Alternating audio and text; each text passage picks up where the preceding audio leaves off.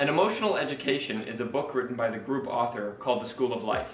If you've ever ventured down the self-improvement rabbit hole here on YouTube, you very well may have already seen some of their many well-crafted videos that discuss broad topics like the human mind, relationships, emotions, changing your mindset, that sort of thing.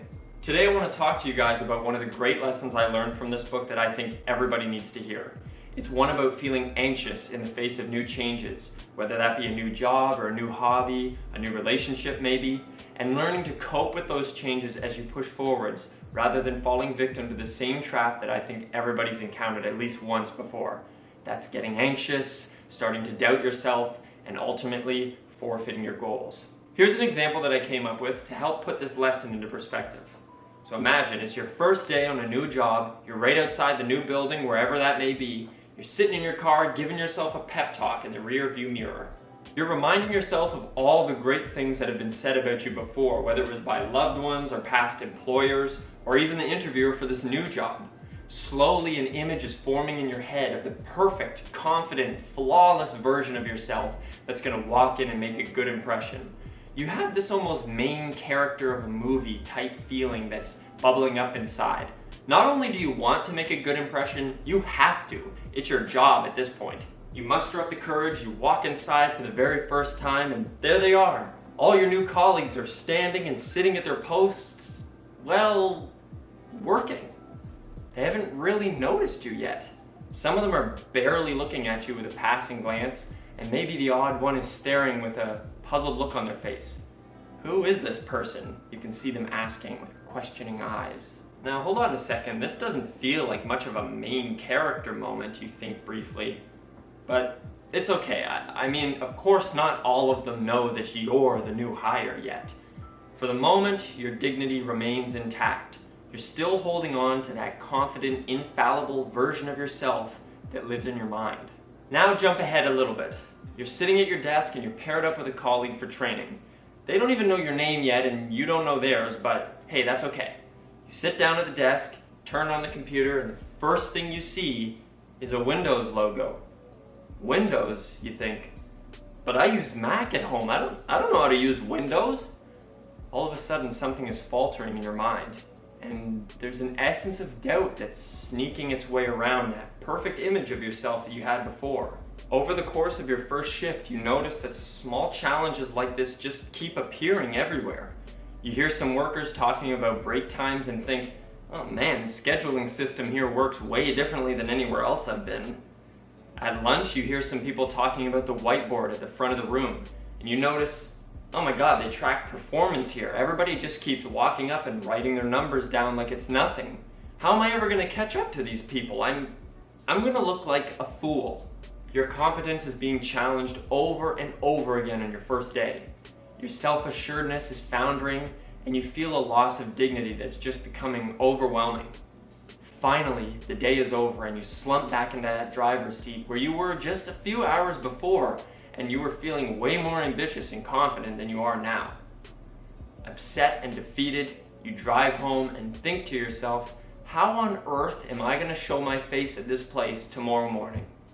So, maybe my example felt a little exaggerated, but I do think that everybody could find a way to relate it to some experience they've had in the past with a new challenge. And it serves to highlight a major issue with emotional intelligence that's talked about in the School of Life's book, An Emotional Education. Here's the bottom line.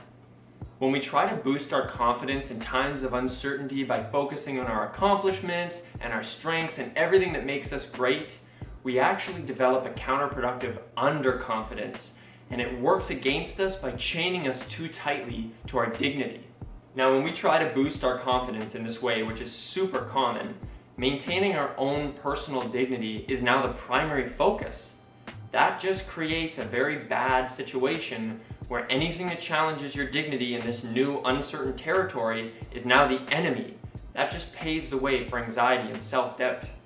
Think about it, when you're at your job and a new hire comes in, it's super easy to understand their uncertainty and to say to yourself, hey, yeah, they don't really know what they're doing right now, but after some training and some time here, they're going to get the hang of things. Now think, how often do you give yourself that same level of understanding and forgiveness? We are really reluctant to allow any sort of room for mistake or folly when it comes to ourselves. The first sign of incompetence sounds the alarm bells in our minds and tells us this is not the right fit for me. Whether that's a new job, a budding relationship, or a hobby that you just started showing some interest in. This overwhelming drive not to look like the new guy or the fool ultimately hinders us in our success and our growth. We become so attached to this perfect, infallible version of ourselves that lives only in our mind that anything that even slightly challenges our dignity, any new situation, becomes too costly to attempt. We're essentially locking ourselves in this tiny box with our egos, forfeiting all these amazing opportunities that we could be really good at, simply because we're unable to see that we're just like everybody else. You are just as deserving of that reassuring pat on the back as anybody else is, or that explanation of a concept that you didn't quite get the first time around. When you are not so caught up in your head about looking like the fool, and you allow yourself to just be who you are and learn like everybody else does, your opportunity and potential for growth is that much stronger. What's more, viewing yourself as equal to any other newbie will actively shield your confidence in unfamiliar territory. When you already know that you're not going to have all the right answers and you're going to run into some uncertainty, you won't be caught so off guard when that time inevitably comes. When you prepare yourself for failure in a logical way, you bounce right back from it, armed with new knowledge and new experience. Alright, I know you guys get the main lesson now. I don't want to be beating a dead horse. I just want to summarize it with this last sentence. You can't succeed and grow without asking questions and learning new things. And you can't learn new things without first accepting that you have something to learn. I hope this video gave you guys some helpful advice to apply to your own lives, or at least mull over in your minds for a bit. The School of Life's and Emotional Education is an excellent book that has tons of lessons, just like this one that I shared with you guys. And it really helps you build a strong relationship with your own emotions. The practical uses of these teachings are excellent. I loved reading it, and I know that I will be applying many of the things I learned in this book for the rest of my life. If you guys would like to grab your own copy of the School of Life and Emotional Education, whether it be a physical book or the ebook version like I have on my Kindle, I'm going to put some US and Canadian Amazon links in the description below. You can click on those and buy the book, and a portion of that purchase will be sent to me as a bonus for referring you.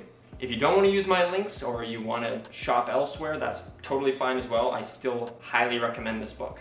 You can also support my channel by leaving a comment below. Let me know what you're reading right now, what you think I should read or review next. If you like this sort of video and want to see more, that's all great feedback. You can also leave a thumbs up, that like button down below, or as always, you can hit that lovely red subscribe button. That would mean so much if you subscribed, if you haven't already. And thank you so much for actually taking time out of your day to watch the content that I'm making. I really appreciate it. I will see you guys in the next video with another cool lesson or a book review or something. Have a great morning, afternoon, or night.